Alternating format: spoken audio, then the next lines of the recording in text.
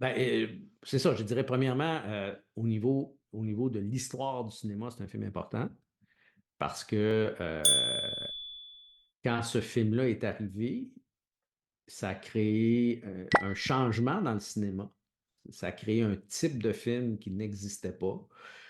Ça a créé une franchise. La plus grande franchise de l'histoire du cinéma, c'est James Bond. C'est c'est pas le premier James Bond qui a été fait, c'est le troisième, mais c'est celui, comme je te disais tantôt, qui a établi là, vraiment les bases de ce qu'est un film de James Bond. Puis James Bond, c'est la plus grande franchise, autant au niveau du nombre de films qu'au niveau de ce que ça a rapporté de toute l'histoire du cinéma. Fait que ça vaut la peine d'être vu pour ça. Par contre, il y aurait un petit disclaimer au début. Ce film a été fait en 1965 et 64, et il y a des affaires qui arrivent qui vont peut-être vous faire stepper un petit peu. Tu sais.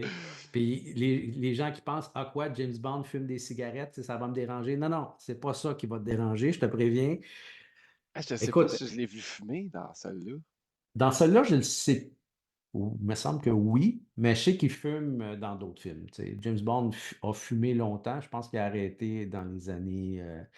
Peut-être arrêté avec Timothy Dalton parce que Roger Moore fumait le cigare, parce qu'à un moment OK. donné, il tue un serpent avec son cigare.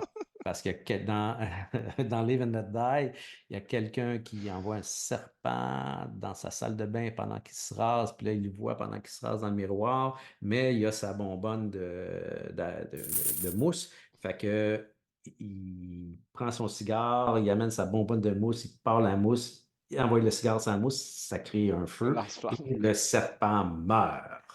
Voilà.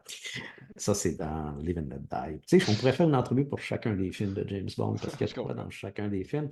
Mais c'est ça que je dirais, c'est ça que je dirais. Mais il faut vraiment que tu aies un intérêt pour le cinéma.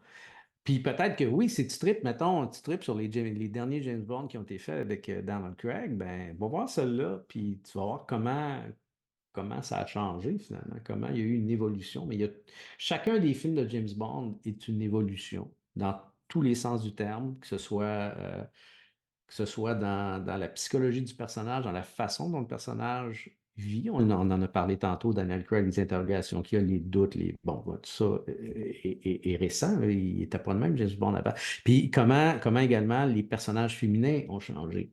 Ouais. Et ça, c'est un miroir. Si les personnages féminins ont changé, c'est parce que la société a changé. Parce qu'il y a ça aussi, ça montre beaucoup comment la société, d'un film à l'autre, d'ailleurs, comment la société change, comment la société évolue. On parlait